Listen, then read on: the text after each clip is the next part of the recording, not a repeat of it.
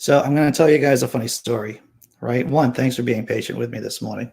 It turns out that there are times, and this is the first time I've ever done it, is that I don't know that I didn't turn on the start broadcast button. So I can easily be like running material for about 7 minutes. And it was only until I realized, hey, no one is responding to these crappy jokes I'm throwing out or these questions. And I thought, wow, how's weird? That's weird. And then I realized, oh, I never clicked the start broadcast button. And this is why I always like working with other people, to tell you the truth. I'm usually coupled with someone else, like Jack Paterko, for an example, on Sundays at 10:30. He'll be like, just reminding me how like not smart I am and saying, you should really hit the start broadcast button because Andy, you should, because you're talking, but you're not actually live. And so so I've been basically talking into the void for a couple of 5 minutes, and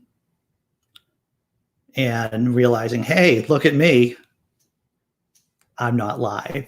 But now I am live, and so we're gonna do this all over again. I got a funny bit from Emily Catalano. She was a comedian that we saw yesterday, and hi Jess, right? Critical cripple, man. Second cup of coffee and everything, and the synapses just aren't synapting properly. I'll say that.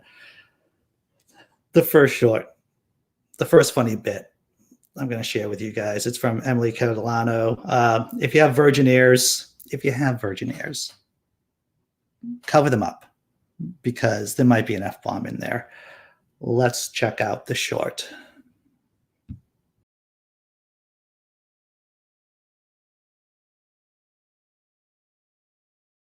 There are definitely things about growing up religious I did not understand. I remember every night before dinner, my dad, he would take a moment to thank God for the meal that my mom just made. What the fuck, Dad?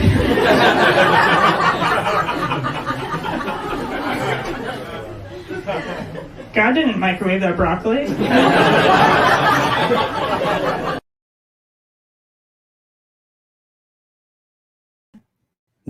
No, God did not microwave the broccoli. Oh, man. So, Brainbug says I have the virgin elbows. The virgin elbows! Oh, no, that's not good. So I'm just going to go and say hello to everyone. If you're just tuning in, this is later. I started on time today, everyone. I started on time. I just didn't realize that I didn't hit the go live button. So I officially started 3 minutes ago as against to my regular 9 o'clock on schedule. I hate not being on schedule. Anyone can testify in my personal life that Andy typically shows up on time to places.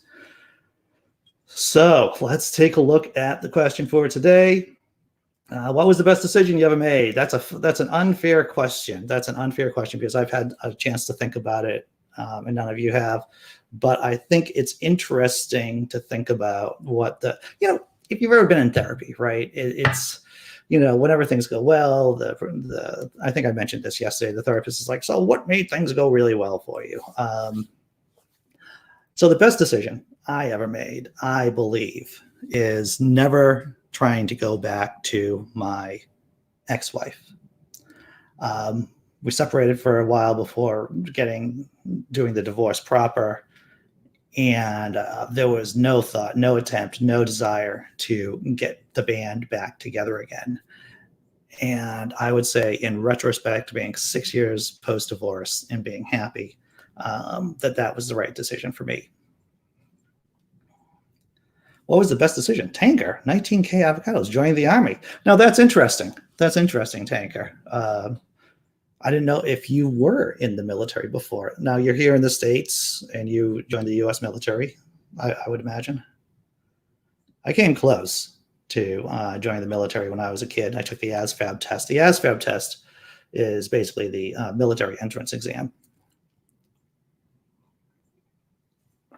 Good question, Dave. Solid question. Um, did you sleep with her after you split? No, I did not sleep with her after I split. I've only, and this is going to be honest, I don't like having post-relationship intercourse. It just makes me feel bad. Yeah, I've done it before. I've done it before, and having the post breakup intercourse. Now, I do have a joke. Um, it was about one of my girlfriends, and the joke goes along like this. All right, so my girlfriend and I had breakup sex the other night, except I didn't know it was breakup sex. True story. We had intercourse, and then the next day she broke up with me. Obviously, when she was, when we were, she had in her mind that she was going to break up with me the next day. So, yes, she had breakup sex with me. I just didn't know that we were having breakup sex. Absolutely true story.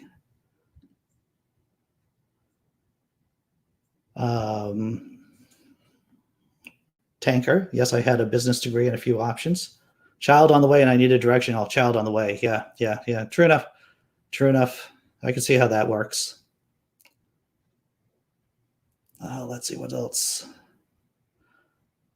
My best decision not being an infantryman. That I could see. I could see that. Whenever I've told the kids about joining the military. Now, neither one of my kids are going into the military. Neither one of them would want to go into the military, but there are definitely some branches, some jobs that you're less likely to get your head shot off. And as a dad, I want to make sure my kids are safe. And so, if you're going to join the military, I would appreciate it if you could consider getting into a job that doesn't require you getting directly shot at least. But I've never had breakup sex. Good for you. Yeah. Worst decision, knee replacement, critical cripple. I cannot tell you how many of my friends and associates, I can think of two off the top of my head, have had absolute horror stories about knee replacements. This is knee replacements. One of my friends, her legs were like maybe an inch shorter than the other leg after knee replacement surgery. She had to get special shoes. It affected how she walked.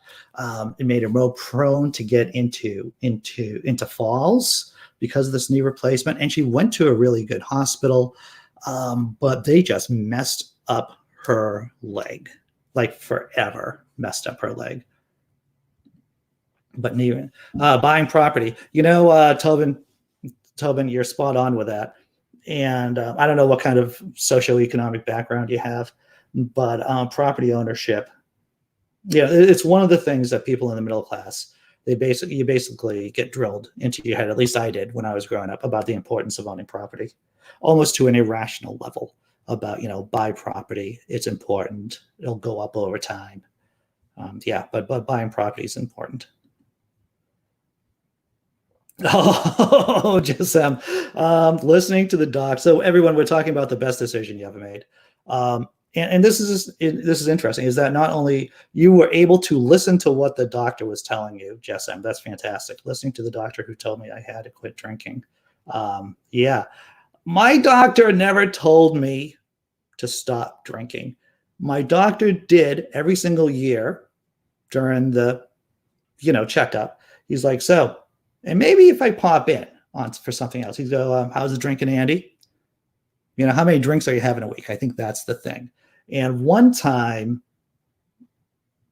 I gave him a really, I guess, a bad answer of how many units I was drinking a week. And ever since then, he just asked, he must have it on his notes, ask Andy how much he's drinking. But yeah, Jess, if the doctor's telling you to quit drinking, then there's probably a really good reason why. So that's the question for this morning. The best decision for me, number one, breaking up with my and staying broken up with my ex-wife. Number 2, being a dad. A couple of really good answers in the chat though about not drinking, about owning property, joining the military. Yeah, good stuff, man. Good stuff.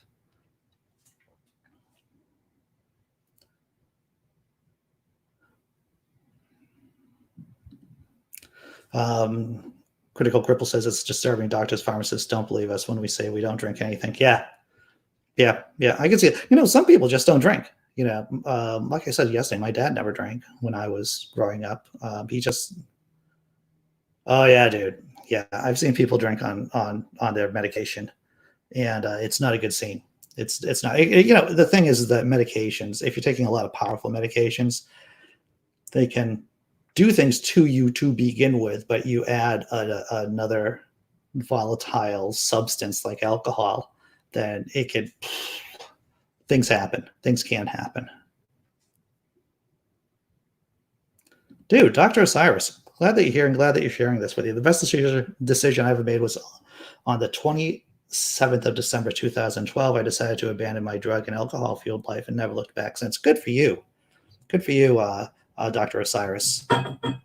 Good for you for getting out of that lifestyle. It's tough because what a lot of people who, it isn't just, you're hanging with people that could be in that lifestyle. You're going to places that could fuel that lifestyle. So in all reality, when you're saying I'm going to give up drinking or doing drugs, it's like it could mean a huge shift. It could mean a huge shift in terms of who you hang out with, where you go to hang out. For me, personally, meds plus alcohol, just meds plus alcohol, terrible things, terrible things. Dr. Osiris, you have not drank for 8 years and 1 month. Good job. Congratulations on that. Never Again says the best decision was packing up my car and heading to California in 1980. Oh, my worst was coming back in 1998. Yeah. Well, California's still there. California is still there. Critical Cripple. I had a sip of vodka 2 or 3 years ago to piss off my daughter. Otherwise, I've not drunk for 12 to 15 years. Oh, yeah. True. So thanks for sharing with that, everyone. That was impressive. That was impressive. Good decisions, indeed. Good decisions. Wise decisions. All right, let's go to funny things. You want to go to funny things? I like funny things. We'll do funny things. This I found. It's a stupid joke, but I'm not going to apologize. Sorry, not sorry for this. It's got a godless flair to it. Hey, this water tastes great. Wow, I bet it does. He. Ricky loved pranking atheists with holy water. It's a stupid joke. But it does kind of touch on this oh, you're stealing those questions, Critical Cripple. Very good, sir. Very good. You feel free to steal that. Oh, wow. Dr. Osiris, I literally have no friends except for those on here because I had to literally abandon everyone and everything and everyone. Yeah. Good choice. Good choice. You're doing the right thing. Keep up the good work, man. Keep up the good work, doctor. But this silly little joke, right? It just shows you something about the evangelical Christian mindset about, changing, pranking atheists with holy water. It's kind of along the line of telling atheists they're going to hell.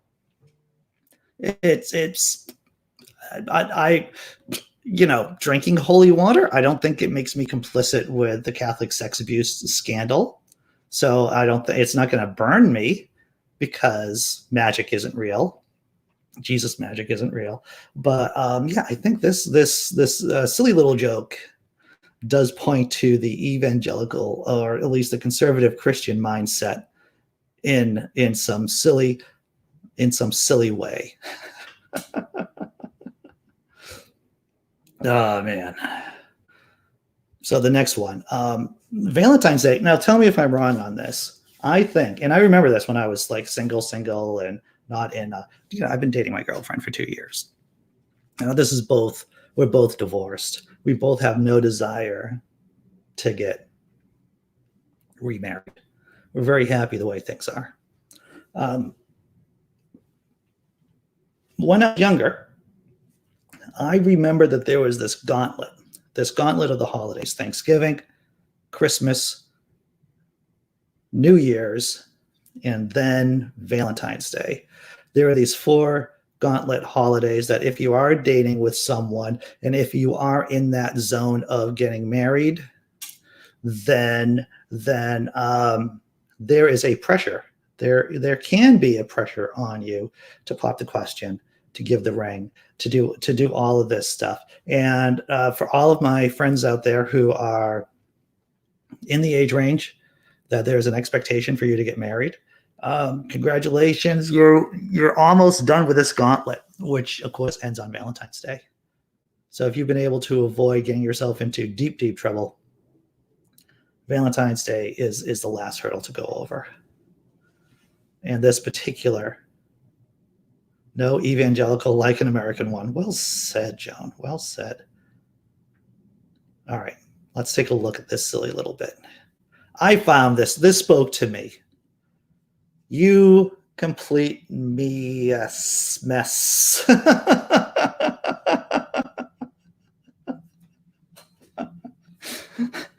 Maybe that says something more about me than anything else, to tell you the truth.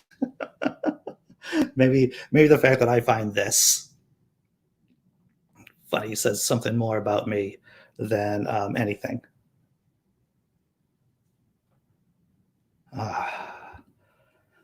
All right, and the last one, we're talking about unhealthy behaviors, which sure, I don't drink as much as I do now, and I certainly don't do as much as the herb as I did in the past. And part of that, and I'm going to have to tell you something, part of that is just because I've gotten older and my body just can't handle this stuff like it used to. Honest. But there's another substance. There's another substance that I have difficulty with. A series of substance, and this kind of sums up my main problem right now. I have to start eating healthier. Me feeling even the slightest amount of stress. Oh, furry creature, you speak the truth of my heart right there. You speak the truth of my heart. I had a slice of pizza for breakfast, and not the best choice. It wasn't the best choice for breakfast. I'm not going to lie to you. Dr. Cyrus says, I definitely consume too much caffeine and sugar. I try to keep my sugar, I try to keep my coffee down to 3 cups a day, and maybe a Coke, like a Coke Zero stuff.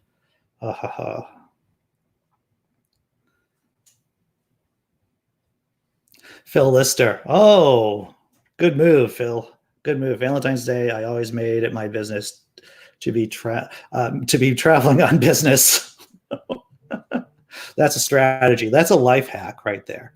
That's a life hack right there. I love those type of wafers are delicious. Who doesn't like those wafers? They're so crispy and sugary, and you can hear your pancreas die slowly as you're eating them. Yeah. I will say this. My girlfriend, now you guys may notice that my girlfriend may be in and out of the chat, less in the chat than out of the chat these days. She's really busy at work, but props to her. I'll give her credit because she does most of the shopping for the house now, especially during COVID, because we have groceries delivered. Pre-COVID, I would just go out and run to the store myself. But she's been doing most of the shopping. And ever since she's done most of the shopping, there's a lot less crap in the house. So I am not doing this. I'm not doing this like several times a day. So thank you to my girlfriend for not buying crap for me just to stuff my face with. Oh, Tanker, my PTSD kicks up on Valentine's Day. True story. A friend of mine from college, this is back in the day when there were answering machines and landlines. He had his girlfriend at the time broke up with him on his answering machine on Valentine's Day.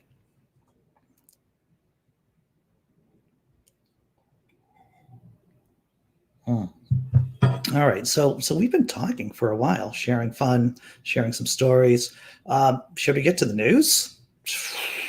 There's a lot of it. What are we going to start off with? All right, first let me see if I can. All right, now we're going to go to the story. Now we're going to go to the nuts and bolts of why we're here today. This is about. This is from Hemant Mehta over at The Friendly Atheist. It turns out the pandemic is strengthening the faith of devout religious people. Who would have thought? Who would have thought that devout religious people would become even more devout as things go sideways here in the United States of America? Now, you may ask yourself, sure, Andy, we know this, but I'm going to show you guys a graph so you get to see it, because it's one thing about hearing about it and you're saying, yeah, well, that makes sense, but there's a graph too. Let's continue. What has the pandemic done to faith? A new study out today from the Pew Research Center finds that a surprising 28% of Americans believe COVID has strengthened their personal faith. Another 28% has said the virus has strengthened the faith of others. Those numbers are significantly higher than other countries included in the survey. So the Pew Research Center had this new survey come out. 28% of Americans believe their personal faith, has become strengthened. But not only that, they believe 28% believe their fellow Americans' faith have gotten stronger too. And I don't know I don't know if it's possible that my appreciation for science has gotten deeper during COVID-19. I think it has, at least in terms of public policy. This is the other side of the coin, right? So I feel, at least personally, that maybe as the amount of stupid increases in the United States of America, I want to push back on that and feel stronger and do skepticism better, or be more rational, or to be more sciencey. Maybe that's it. I can only speak for myself here. But yeah, the Pew survey shows 28% of Americans report that their faith has gotten stronger.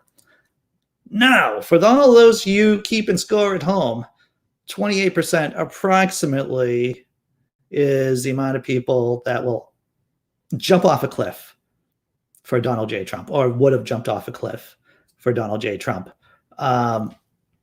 28% seems to be, 25% seems to be the amount of Americans, of people in the United States of America, that have a very tentative grasp with reality and are super faithful. Let's take a look at this graph. I promised you a graph.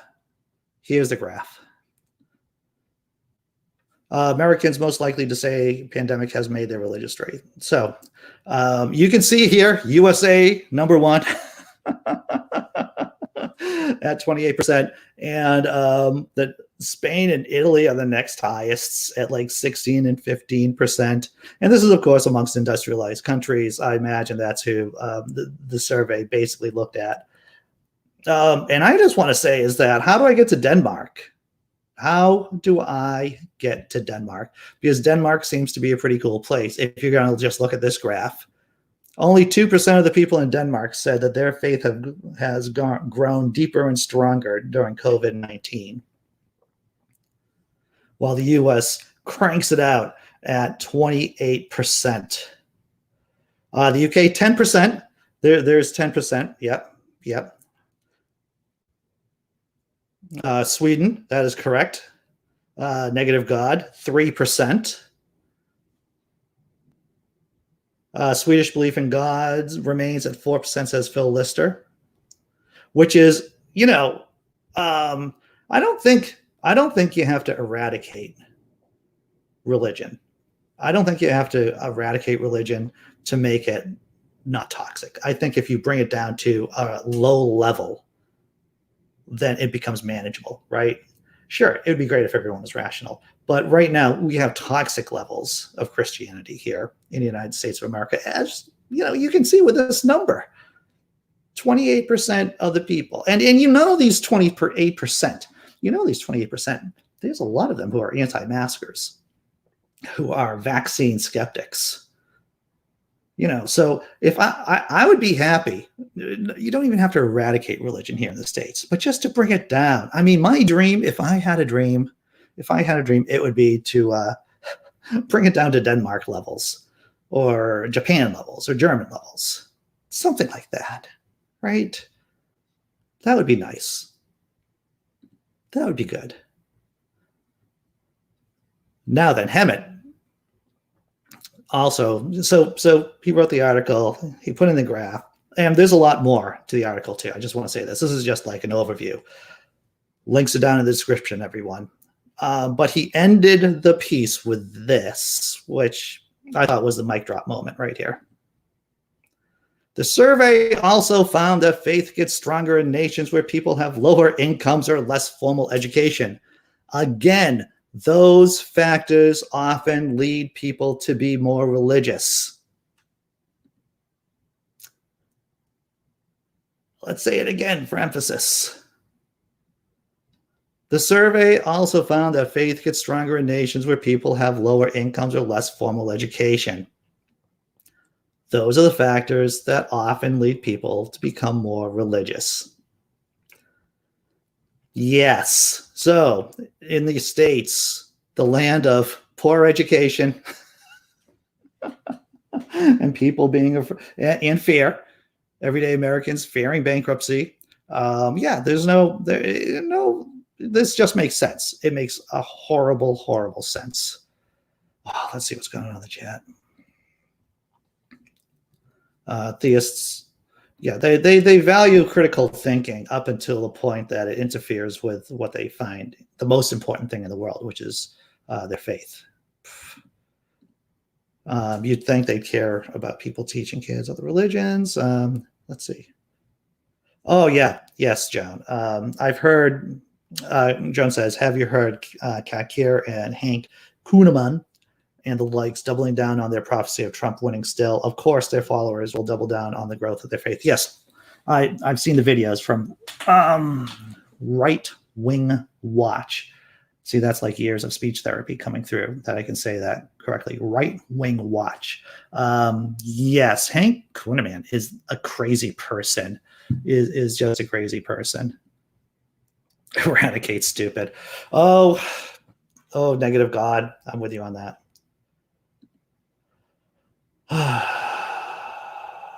All right. So here we go. Brain bug. Free market capitalism in the healthcare industry keeps us all in fear of getting sick. It really does. The one thing that you can do in terms of if you ever gone to a financial planner, I have when I was married. But really, the thing that financial planners should tell you as soon as you walk in the door is that don't get sick. The worst thing you can do is don't get sick. We saw yesterday on the show about how many Americans are crowdsourcing money, trying to get money through crowdsourcing through GoFundMe to pay for for medical bills. Every single financial planner should start off sitting you down and going, I don't care how much money you have in the bank. I don't care how much money you have invested. I don't care how much money you're bringing in. The most important thing for you to do is not to get sick. Oh, you want to see the TikTok comedian again? All right, we'll do that. We'll do it right now. How's that? Because we're in between bits. We're in between news stories. And yeah, let's play this TikTok comedian. She is freaking hilarious. There were definitely things about growing up religious I did not understand. I remember every night before dinner, my dad, he would take a moment to thank God for the meal. that my mom just made. What the fuck, Dad?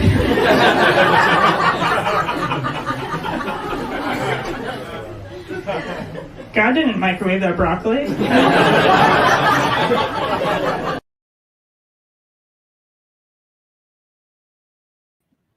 All right. We'll get back to business, right? So we just talked about how 28% of Americans are saying that COVID-19 has strengthened their faith. And we also just covered that societies that have poor education typically have high levels of religiosity. And those are places where COVID has increased the faith amongst the devout. And here is our next story, which dovetails in with that. It is 50 years of tax cuts for the rich fail to trickle down, economic study says. Who would have thought? Who would have thought that trickle down economics don't work? Now, you can just say, this is just one of those crackpot studies that is inconclusive, that only takes a look at one country. But no, it seems to be a pretty exhaustive study. Once again, links in the description. But let's dig deeper into the story. Let's drill down a bit. Tax cuts for the wealthy have long drawn support from conservative lawmakers and economists who argue that such measures will trickle down and eventually boost jobs and incomes for everyone else. But a new study from the London School of Economics says 50 years of tax cuts have only helped one group, the rich. Wow. Who would have guessed that? 50 years of tax cuts for the rich only helped the rich. All right, let's go into the story. The new paper by David Hope of the London School of Economics and Julian Limburg of King's College London examines 18 developed countries from Australia to the United States over a 50-year period from 1965 to 2015. The study compared countries that passed tax cuts in a specific year, such as the U.S. in 1982, when Ronald Reagan slashed taxes on the wealthy, with those that didn't, and then examined their economic incomes. Per capita gross domestic product and unemployment rates were nearly identical after 5 years in countries that slashed taxes for the rich and those that didn't, the studies say. So there's no change in those two pretty major economic indicators, which is gross domestic product and unemployment. So you can cut taxes on the rich, but people are not going to get employed. People will not get employed. The economy will not expand just because you're decreasing taxes on the rich. It's almost as if, what did Bush the Elder call them? Voodoo economics. They don't work. But the analysis discovered one major change. The incomes of the rich grew much faster in countries where the tax rates were lowered. You know, I feel like we're doing economics for dummies right now. But it just shows you how pervasive, how brainwashed Americans are in this area. But the analysis discovered one major change. The incomes of the rich grew much faster in countries where the tax rates were lowered. Instead of trickling down to the middle class, tax cuts for the rich may not accomplish much more than help the rich keep more of their riches and exacerbate income inequality, the research indicates. How is this? You know, it's like being an atheist, right? It's like being an atheist. Being an atheist is like, you know, there's no proof that God exists. So I don't know why you waste your time doing this. It doesn't make any sense when you do the math out.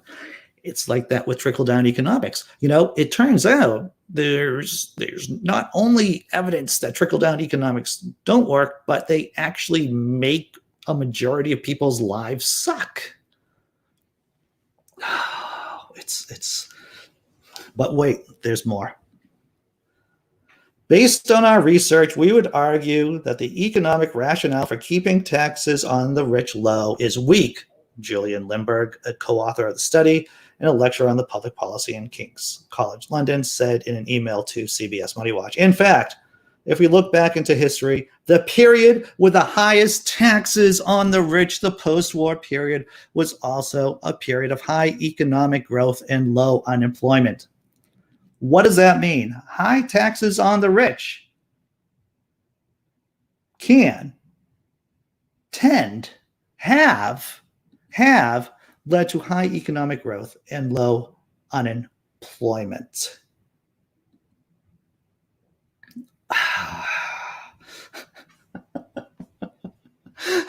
It's like I said, it's like economics 101. That the only thing that tax cuts on the rich really accomplishes is making the rich more wealthy. Gross domestic product doesn't increase. Unemployment doesn't decrease. What does increase is human misery within those countries. The wealthy are not job creators. Well, it turns out, James Henry, good to see you, that the wealthy, once they have money, want to keep the money. Because how much money can one person spend in one lifetime, right? How much? There's only so much stuff you're going to want to buy. And Brainbug, once again, you're right. It doesn't matter what is true. It feels like it should be true to them. And it's like this for evangelicals. It's a problem with our species, to tell you the truth.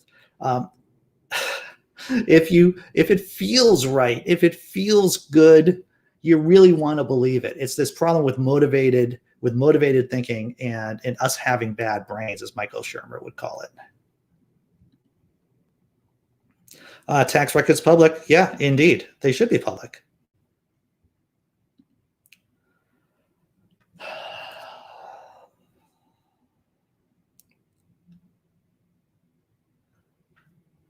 Well, Phil Lister, spot on.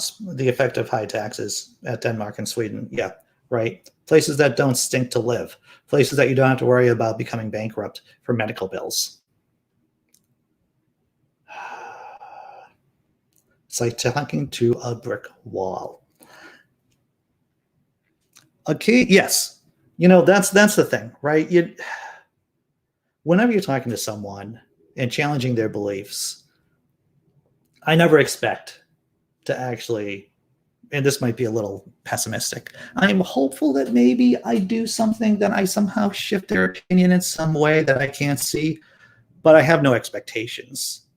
I have no expectations on that. So I simply do the thing because I feel it's the right thing to do, in the sense of telling people things like, tax cuts don't work on the rich, and that, occasionally it'll break through. Sometimes the information will break through.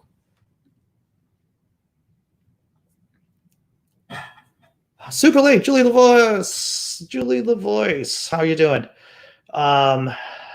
It's good to see you, Julie. What have we been covering? We talked a bit about COVID Christians, about how COVID has made the devout even more devout. And now we're talking about a recent study, I believe by the London School of Economics, about how the only thing tax cuts on the rich do is to make the rich richer. The fact that it doesn't increase GDP, the case that it doesn't decrease unemployment. People want to believe that they will be rich, right? It's the scratch ticket mentality, critical cripple. And you can see the toxic positive feedback loop, right? You can see how a poor education, not really understanding how math works, makes people want to get into the scratch ticket mentality. And that scratch ticket mentality, when you make it an economic principle, actually creates more people illiterate in math. And so the cycle keeps going and going. So Reaganomics doesn't work. The Trump tax cuts just make things worse. And not only this, but the study goes over, I think it was 15 countries, I believe it was. The study went over about 15 countries over 50 years, and tax cuts for the wealthy only make the wealthier more wealthy. Absurd. So I said that we would do kind of like a seventh inning stretch here in the States, right? This has been baseball. When you get up and kind of like say, hey, we've had enough of baseball. We should get out of our seats and do something. So even though I just showed a video of that wonderful comic, Emily Catalano, I'm going to show another video, a short one, just so that we can take a breath before we go into our last two stories. So we're going to do another funny little bit. At least, you might have seen it before. I think it's a funny little bit. Let's roll the tape.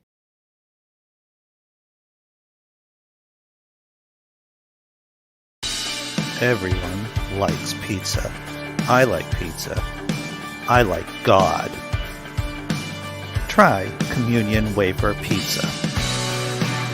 She likes pizza. She wants to be closer to God. She loves pizza. Not with him. He's kind of lame. Communion wafer pizza. Try it today. America.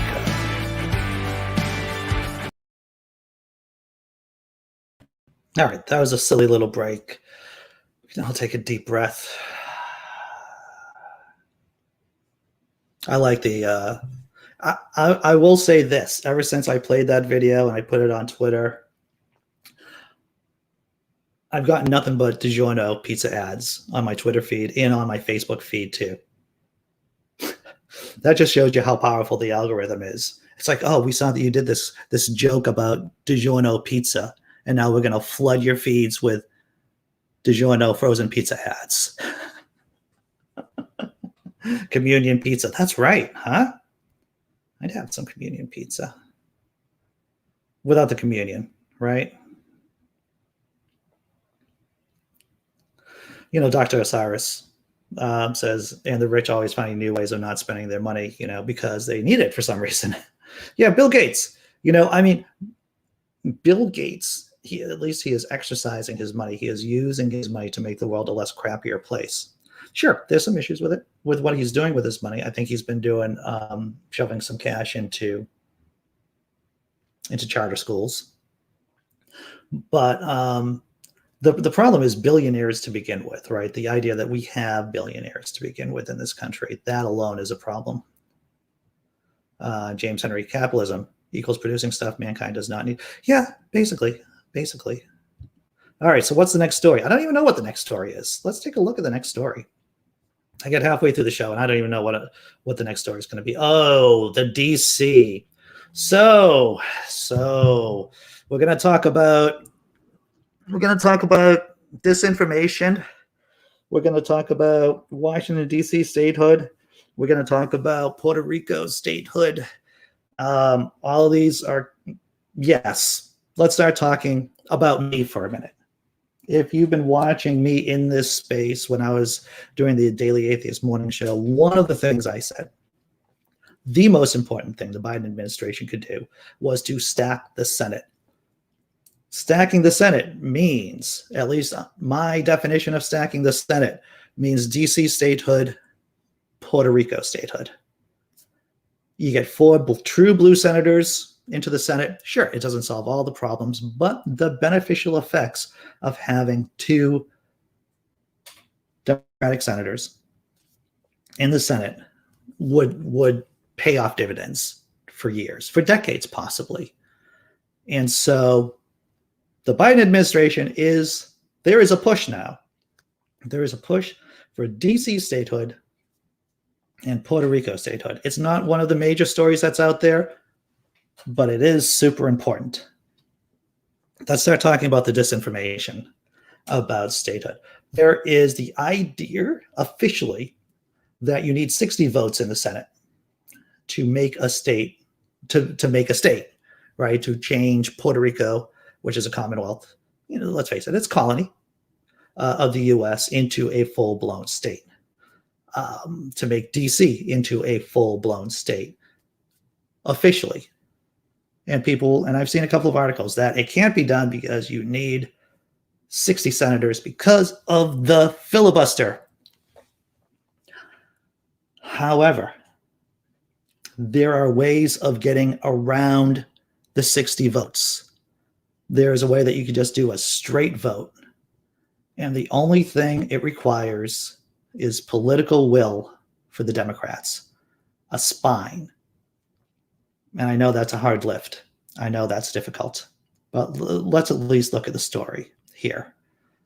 And then once we cover the story, we'll talk about how Puerto Rico is a different case from Washington, D.C. But because that's also a very important side issue, something to talk about. But let's just talk about how we can make states with only a straight up vote. Once again, links are in the description. Can DC get statehood with a simple majority vote in the House and the Senate? Well, we know. Okay, in the past, the biggest obstacle to statehood has been the Senate, where 60 votes are needed to overcome the filibuster. But our experts explain rules can change. Yes, ladies and gentlemen, and small furry animals, rules can change, and they have changed in the past in the Senate about whether or not filibusters count. To give you a synopsis of the story is that the filibuster rules have changed, and they have changed recently, relatively recently, and that they can continue to change too. They can be chipped away, the filibuster. I'm getting ahead of myself. Let's check out the story.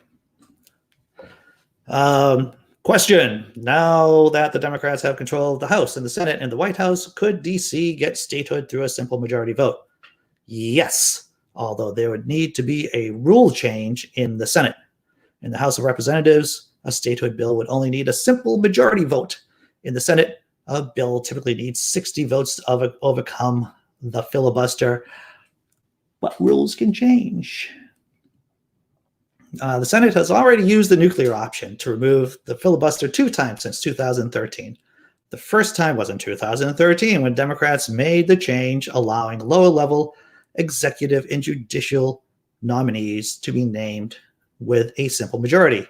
In 2017, Senate Majority Leader Mitch McConnell used the nuclear option again to allow a simple majority vote for Supreme Court picks. Since Democrats have already gone on the record stating that they are opposed to the removal. Okay, some Democrats have already gone on the record stating that they oppose the removal of the filibuster states on statehood. That's a second issue. So the filibuster has been altered within the last couple of years for different topics, for different subjects. Otherwise, things wouldn't get done in this country.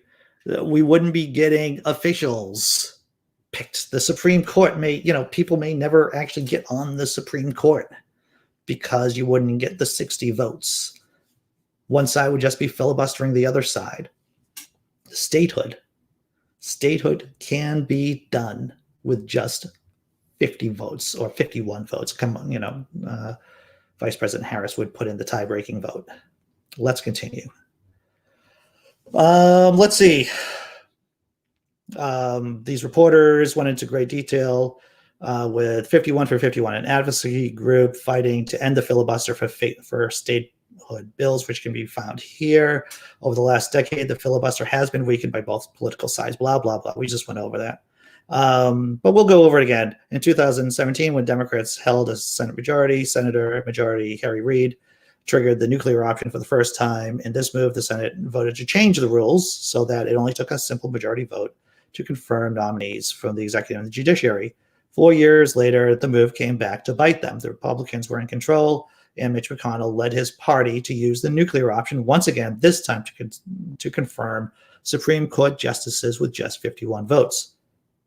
They could simply change the filibuster rule again, said Morrison, and the filibuster rule does not apply for applications, and say that the filibuster rule does not apply for applications of new states. And they could do that with the stroke of a pen. Democrats could change the rules of the Senate with a stroke of the pen. They could do it with a stroke of the pen. And you have to ask yourselves, right? If the Republicans were in the spot that Democrats are in now, do you think the Republicans would balk, would avoid changing the rules of the Senate to put in 2 red states? Of course not. They would jump on that. They would jump on it hard too.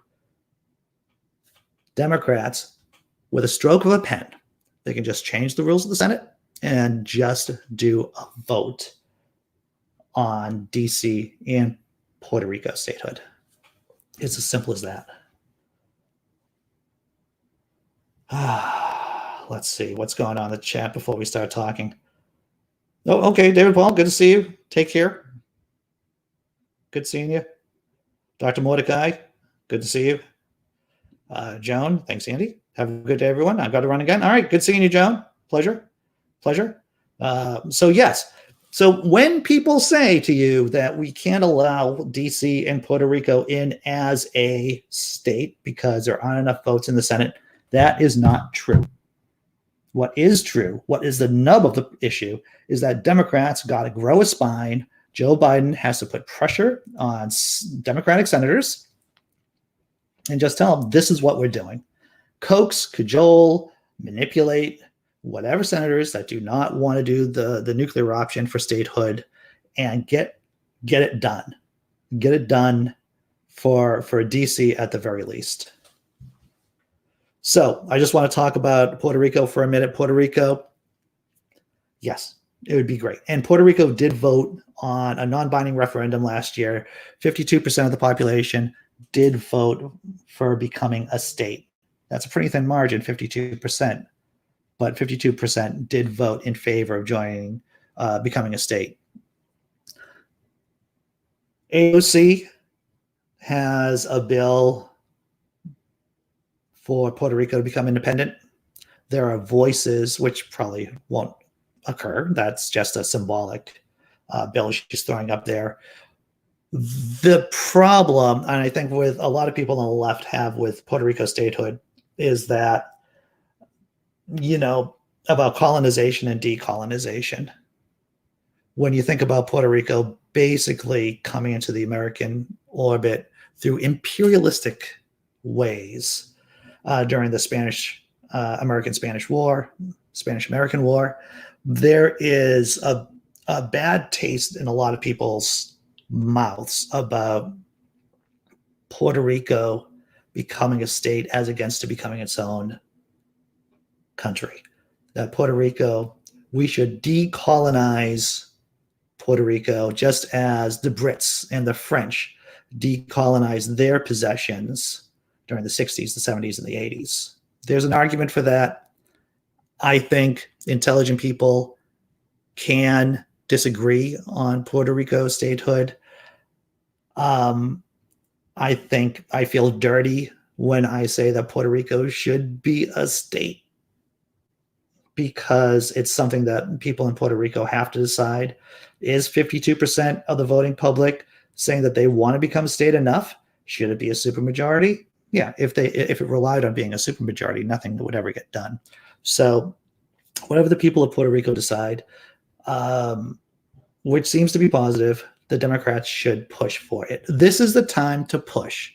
Just like Obama. When Obama was early in his tenure in his first term, when he had majorities in the Senate and the House, he pushed for healthcare reform. We're in this moment right now. We're in this moment that if you're going to push for something, if you're going to go and fight for something, this is the time to fight. And this is the time to fight for DC statehood and for Puerto Rico statehood. That's what I think. All right. GameStop. If you've been on the internet for like 2 minutes over the last day, there's been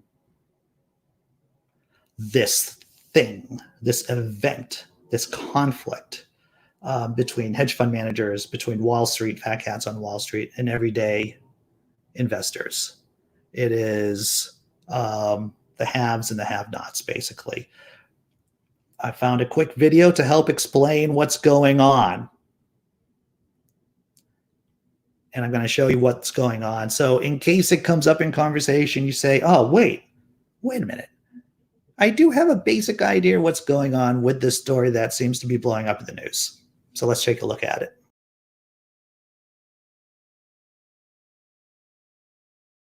GameStop is like a nothing stock. We all know GameStop, brick and mortar place that sells video games. It's basically a dinosaur. One guy on Reddit basically has been like, hey, all these hedge funds have shorts on GameStop for it to go down. I'm going to start pumping it. We're all going to pump it. And every time it goes up, the rich guys have to buy more of it to cover their short, which then makes it go up even more. And essentially it's a perfect storm where this stock that is essentially an obsolete stock is now gone up from $4 to $200 in the span of 5 days. Yes. And the big guys are losing all the money. Little guys on Reddit and the internet are robbing them blind. If you don't love this story, you have no soul. I asked on Twitter, explain it to me like a 6-year-old. A lot of people explained it to me, and about half the other people were like, well, now it's over. If Big Cat tweeted about it, it is officially over. You're like 5 days late, dude. I'm the closing bell. So that is the GameStop drama on Wall Street that's going on right now. And Negative God goes, F those hedge fund sharks. Oh, yeah. Well, that's the beautiful thing about this story. It's like just a dude on Reddit. Just a dude on Reddit. A person, I don't know, dude in a gender neutral kind of way. He just said, look, there's all these guys who are short, who are putting money against GameStop. And if we buy enough of it, it creates a feedback loop. It creates this feedback loop where these hedge fund people are going to have to just put in more money, which increases our stock value, which means we make a ton of money. They're going to lose a ton of money. And that's magic. That's a slice of magic. That's what that is. That is something that you can hold in your heart. Well, that's what it is. This isn't capitalism. It's economic anarchy. Yeah. Well, many people have commented that it just shows you that the stock market is just gambling. Yeah, it's gambling with numbers. It's gambling with statistics. But eventually, you're putting your money on the best bet, and you can game the system. If anyone's seen the movie The Big Short, Steve Carell is in that movie. It talks about the housing bubble, 2007, 2008. If you haven't seen The Big Short, it is quite instructive on the housing bubble and how people gamed the system. So hedge fund managers, fat cats, they game the system under normal circumstances. In this GameStop situation, it is just small time investors banding together to game the system and screwing the oligarchs out of money. The Big Short is mandatory viewing. It really is, Negative God. The Big Short is mandatory viewing. It is just as important to see that as any atheist debate out there, right? Because the thing is, The Big Short, it just talks about you're going to be affected by this huge dynamic. You were affected by it back in 2007, 2008. And it's instructive to understand how markets work and how maybe markets should be reformed. Oh, yeah. What time is it? Wow, we're getting close to the end of our time today. This is true, and this is the nature of the crooked system. Wall Street and banksters literally write the laws for themselves. It's completely right. Because of the nature that there's so much money in the government because of lobbying, that as long as you have cash, you basically get to pay people to write the laws for you. It's just a cost of doing business. Wow. All right. So what's the last bit of joke? All right. We're gonna start winding down with this comedy bit. It's by a really funny comedian, Sam Morrell. It's a little dicey. It's a little edgy, perhaps. I found it funny. I'm a fan of Sam's, to tell you the truth. He has a great YouTube special. He has a comedy special on YouTube that he did on the rooftops in Manhattan. He did a variety of stand-up shows, and they're beautifully filmed. And I should have put a link down there, but I didn't because I'm a bad person. But he has Sam Morrell talking, this comedian, doing some really funny material. Once again, a little edgy. I get ashamed of what I find attractive sometimes. I'll see a woman, she's like really hot, but she's got a terrible personality. My penis pops up. I'm like, damn it, penis. Personality should matter, but it doesn't. Not to my penis. Having a penis is like having a Republican son. It's a part of me, so I have to support it, but these are not the views that I endorse.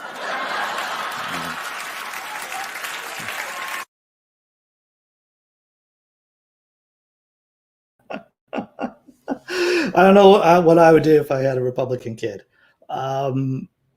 That's, who knows.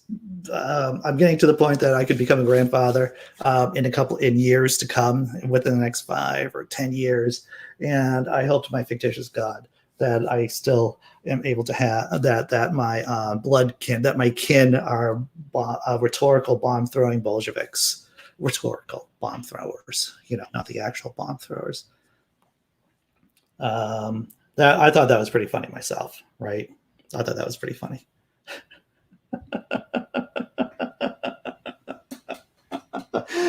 Yeah. Everyone. Oh, hey, I should mention to everyone, 11:30, Jenna Belk is coming on this channel and doing an episode of Best Advice Ever. Best Advice Ever is where pretty awesome people come on and talk about the best advice they ever got.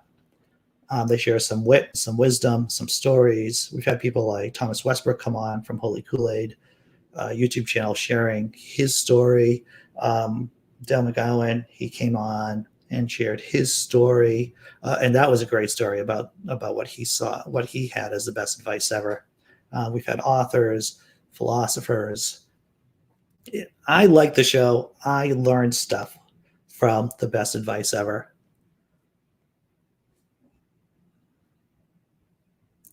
So, not all Republicans. So we got to talk about that. Not all Republicans, but this is true, but there are tendencies. There are tendencies in some camps. There are tendencies in some camps to be a little bit more toxic than others.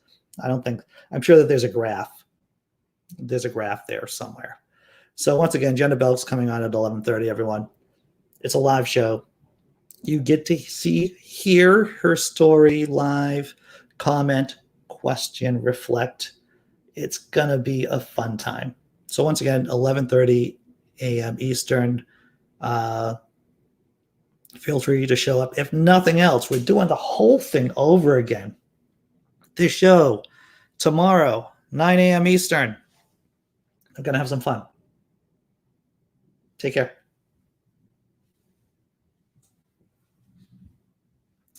Epic pose.